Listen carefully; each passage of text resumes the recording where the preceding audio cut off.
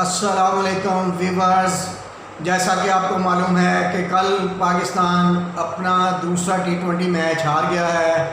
पहला बारिश की नज़र हो गया था। कल पाकिस्तान ने बड़ी अच्छी बैटिंग का आगाज़ किया। फ़खर जमान और बाबर आजम ने ओपनिंग स्टैंड दिया 72 रन्स का। इसके बाद बाबर आजम और हफीज़ ने स्कोर को 112 तक ले गए। पाकिस्तान बहुत अच्छी बैटिंग फॉर्म में प्लेयर थे। उन्होंने अच्छा टारगेट सेट किया 195 रन्स का।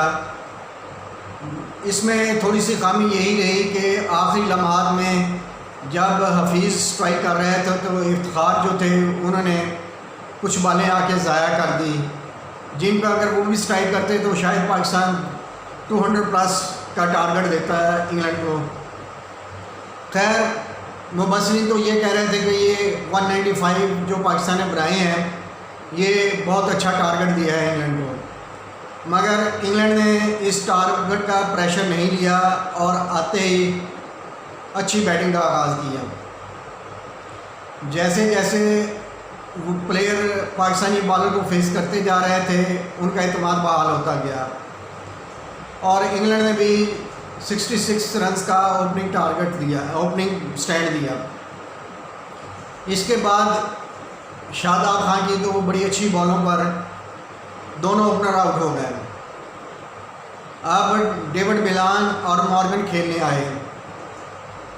पाकिस्तानी टीम उस वक्त अपनी बॉलिंग की वजह से इंग्लैंड पर अगर प्रेशर डालती तो ये दोनों प्लेयर शायद पाकिस्तान जल्द इनको आउट करने में कामयाब हो जाता है, मगर हमारा कोच मिसबाहुल हक जो शुरू से ही दिफाई खेल का माहिर समझा जाता है, बल्कि कहा जाता है कि वो दिफाई खेल ज़्यादा पसंद करता है।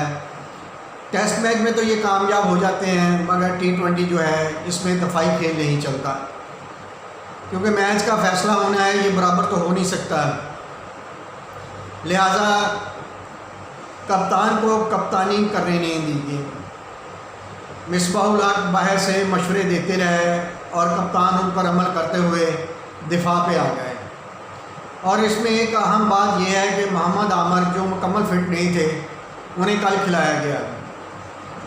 वो दूसरी ओवर सही तरह नहीं कर सके क्योंकि वो मुकम्मल फिट नहीं थे। पहली ओवर भी उन्होंने इतनी अच्छी नहीं करवाई, दूसरी में तो वो बार बार डिस्टर्ब रहे और वो 2 ओवर करवाने के बाद ग्राउंड से बाहर चले गए। अगर वो अनफिट थे तो उनकी जगह वहाँ ब्यास को खिलाया जाता। हालांकि मैच शुरू होने से पहले बाबर आजम से कमेंटेटर ने मुअस्सर ने ये पूछा इंटरव्यू लेते वक्त कि वहाँ ब्यास को आपने क्यों नहीं शामिल किया, तो बाबर आजम ने कहा वो हमारे बहुत अच्छे बॉलर हैं मगर आज उनकी जगह नहीं बनी।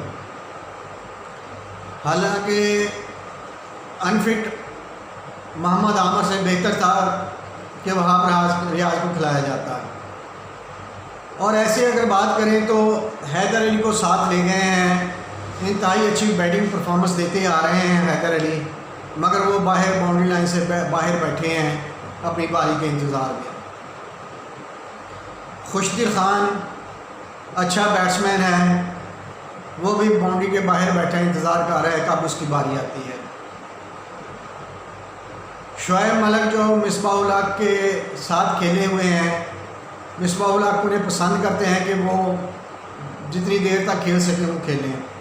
हालांकि अब उनसे वो बैटिंग परफॉर्मेंस नहीं हो पा रही और इफ्तिखार जिनकी उम्र 29 साल बताई जा रही है वो भी इस कैलिबर में नहीं है कि वो अच्छा परफॉर्म कर सके। अगर ज़्यादा मैचों में फ्लॉप होने के बाद एक आध मैच में बैट्समैन अच्छा परफॉर्म कर भी जाए तो ये इतनी कोई अच्छी कारकर्दगी शुमार नहीं की जा सकती। अब हमको इंतज़ार करना पड़ेगा कि अगले T20 में इन प्लेयर्स के साथ ही पाकिस्तान जाता है या कोई तब्दीली करते हैं हम। हमारे लिए प्रॉब्लम ये है कि मिसबाहुल हक बाबर आजम को अपनी दिल से कप्तानी करने नहीं दे रहे। वो बाहर से देख रहे थे, कमेंटेटर भी देख रहे थे कि इशारे कर रहे हैं कि जो सर्कल है उसमें फील्डर को कह रहे थे कि उसकी एज पे आ जाएं ताकि दिफाई हिकमत अमली के साथ 195 रन का जो स्कोर है इसका दिफा कर सकें। डेविड मिलान और इयन मॉर्गन ने बता दिया कि हमारे बैटिंग के होते हुए आप हमें आउट तो कर सकते हैं मगर बड़े से बड़े स्कोर का दिफा करना आपके लिए नामुमकिन है। ये आज का मैच जो था वो पाकिस्तानी टीम के लिए एक बहुत बड़ा सबक है, इस सीरीज़ के लिए भी और आइंदा की सीरीज़ के लिए भी, कि आप T20 में बड़े से बड़े स्कोर का दिफा नहीं कर सकते। हाँ, अगर आप उनको आउट करें तो आप मैच जीत सकते हैं। अब देखें पाकिस्तान तीसरे आखिरी T20 में कुछ चेंजेस करता है या इसी जिद पर कि हम इसी टीम के साथ जाएंगे। और फिर एक बड़ा मसला है कि बैटिंग ऑर्डर हम चेंज नहीं करते, जो तरतीब से लिख दी है उसी के मुताबिक हमें बैटिंग ऑर्डर भेजना है। हालांकि शादाब खान, रिजवान अहमद बड़ी अच्छी बैटिंग करते हैं।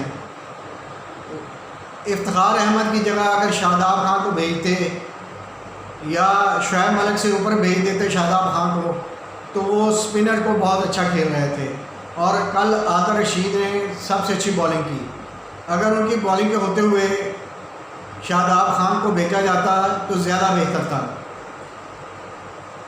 आप हमारा YouTube चैनल सब्सक्राइब करें, शेयर करें, कमेंट करें, लाइक करें, ताकि आपसे क्रिकेट के मौजू पे अच्छी से अच्छी बात होती रहे और दूसरे मौज़ूआत पर भी आइंदा दिनों में आपसे बात होती रहेगी। शुक्रिया, अल्लाह हाफ़िज़।